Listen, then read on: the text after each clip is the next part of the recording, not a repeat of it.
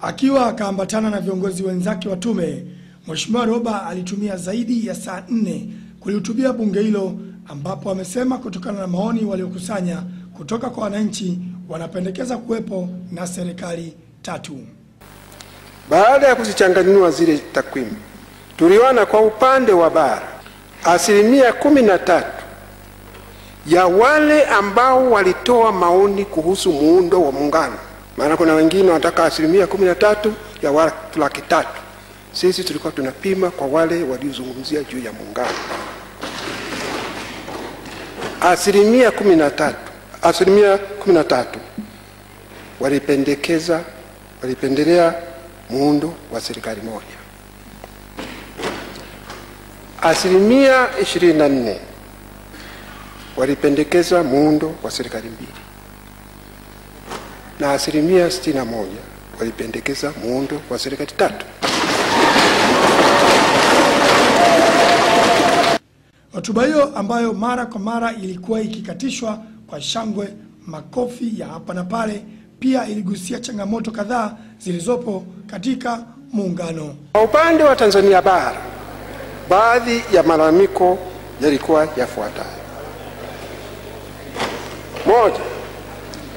Zanzibar imekuwa nchi huru, ina bendera yake, ina wimbo wake wa taifa, ina serikali yake, na imebadili katiba yake ili kujitambua kwa nchi.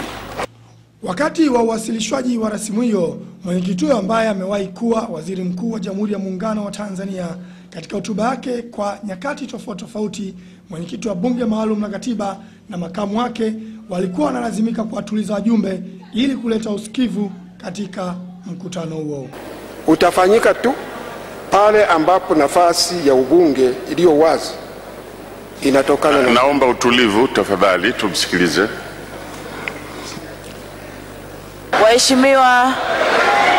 Waheshimiwa, tumpe raha Mheshimiwa Warioba malize presentation.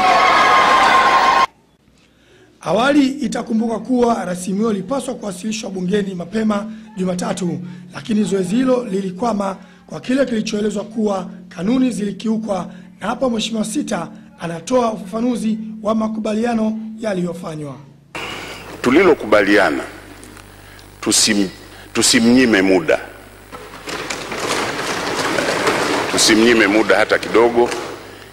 Nimeridhika jambo hili likiwa ni kubwa. Tusibanwe na hizi kanuni za kuweka mezani hati za kawaida ambazo zina ukomo wake.